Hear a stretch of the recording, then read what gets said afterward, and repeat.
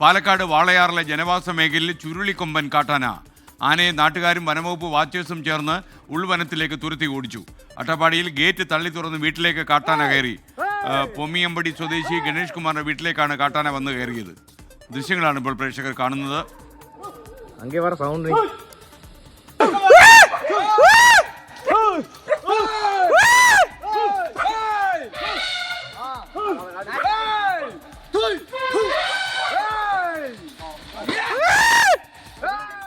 ഈ മാളവരെല്ലാം കൂടെ കൂവിയപ്പം കൂകലിന് മറുകൂല് കിട്ടിയല്ലോ ആനയുടെ. ശ്രീജിത്ത്, ഈ കൂവല് ആനയ്ക്ക് മനസ്സിലായി എന്ന് തോന്നുന്നു കേട്ടോ. ആനയും ഒരു ശബ്ദം ഉണ്ടാക്കി കൂവി കേട്ടപ്പോൾ. അതെ അതെ എസ് കെ എൻ, ഇതൊരു വലിയ പ്രശ്നമാണ്.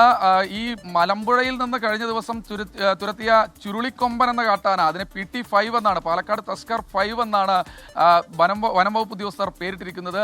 ഇതൊരു കാരണവശാലും ഈ മേഖലയിൽ നിന്ന് പോകുന്നതേയില്ല. ട്രാക്കൊക്കെ മുറിച്ചു കടന്ന് ട്രെയിൻ ഗതാഗതത്തിനടക്കം തടസ്സം സൃഷ്ടിക്കുന്ന രീതിയിലാണ് ഈ ആനയുടെ സ്വൈര്യവിഹാരമെന്ന് നമുക്ക് നിസ്സംശയം പറയാം. എന്തായാലും ഉൾക്കാട്ടിലേക്ക് പോകുന്നില്ല. ഇത് കഴിഞ്ഞ ദിവസം വാളയാർ ദേശീയപാതയിൽ അടക്കം ഈ കാട്ടാന വരുന്നൊരു സാഹചര്യമായിരുന്നു ഉണ്ടായിരുന്നത്. എന്തായാലും ഈ കാട്ടാനയെ തുരത്താൻ ഇന്ന് താൽക്കാലികമായി സാധിച്ചിട്ടുണ്ട്. വനംവകുപ്പ് വാച്ചർമാർ പടക്കം പൊട്ടിച്ച് കാട്ടാനയെ കയറ്റുന്നുണ്ട്. ഈ മേഖലയിൽ പൂർണ്ണമായി ഇന്ന് രാവിലെ 8 മണി വരെ ഈ കാട്ടാന ഉണ്ടായിരുന്നു, ചുരുളിക്കൊമ്പൻ ഉണ്ടായിരുന്നു. ഈ ചുരുളിക്കൊമ്പൻ വ്യാപകമായി കൃഷി നശിപ്പിച്ചാണ് ഇന്ന് മടങ്ങിയിരിക്കുന്നത്. വനംവകുപ്പ് വാച്ചർമാർ ഇപ്പോഴും അതിനെ ഉൾവനത്തിലേക്ക് തുരത്തിയിട്ടുണ്ട്. പക്ഷേ അവിടെ പെട്രോളിംഗ് വനംവകുപ്പ് വാച്ചർമാരുടെ നേതൃത്വത്തിൽ നടക്കുന്നുണ്ട്. ഈ കാട്ടാന കുറച്ച് അപകടകാരി കൂടിയാണ്.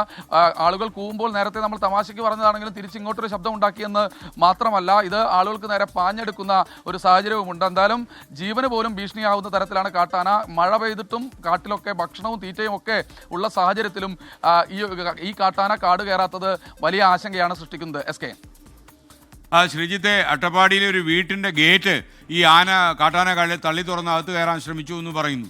സാധാരണ വീട് തള്ളി തുറന്ന് കയറുന്നത് മനുഷ്യരാണ്. മനുഷ്യരുടെ ചുവട് പിടിച്ച് കാട്ടാനയുണ്ടല്ലോ ഇപ്പോൾ. എസ് കെ, ഈ കാട്ടാന അല്ല, അത് അട്ടപ്പാടിയിലെ മറ്റൊരു കാട്ടാന.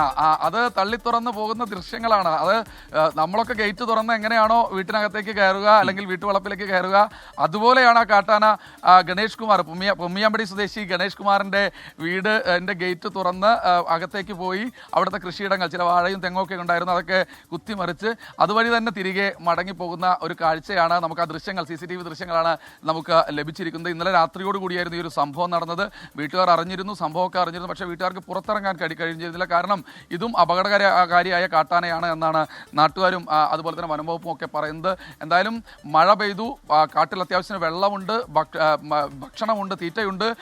എന്നിട്ടും കാട്ടാനകൾ ഇപ്പോഴും നാട്ടിലേക്ക് തന്നെ ഇറങ്ങുന്നു. അവിടെ വ്യാപകമായി കൃഷി നശിപ്പിക്കുന്നു. അതായത് കാട്ടിലെ ഭക്ഷണം വേണ്ട, നാട്ടിൽ നല്ല ഭക്ഷണം കിട്ടുന്നുണ്ട്, അതുകൊണ്ട് തങ്ങൾ കാട് കയറാൻ തയ്യാറല്ല എന്നൊരു പ്രഖ്യാപനമാണ് എന്ന് നമുക്ക് ഈ ഒരു ഘട്ടത്തിൽ നിസ്സംശയം പറയാം. എസ് കെ ഓക്കെ ശ്രീജിത്ത്, ഇനി രാത്രിയിലൊക്കെ തന്നെ നമ്മുടെ വീടിൻ്റെ വാതിലൊക്കെ ആരെങ്കിലും വന്നൊന്ന് ടക്ക് ടക്ക് തട്ടിയാൽ തുറന്ന് ചെല്ലുമ്പോൾ സൂക്ഷിക്കണം. കുറച്ച് ദൂരെ തന്നെ തുറക്കാവൂ. ചിലപ്പോൾ കാട്ടാനയായിരിക്കും.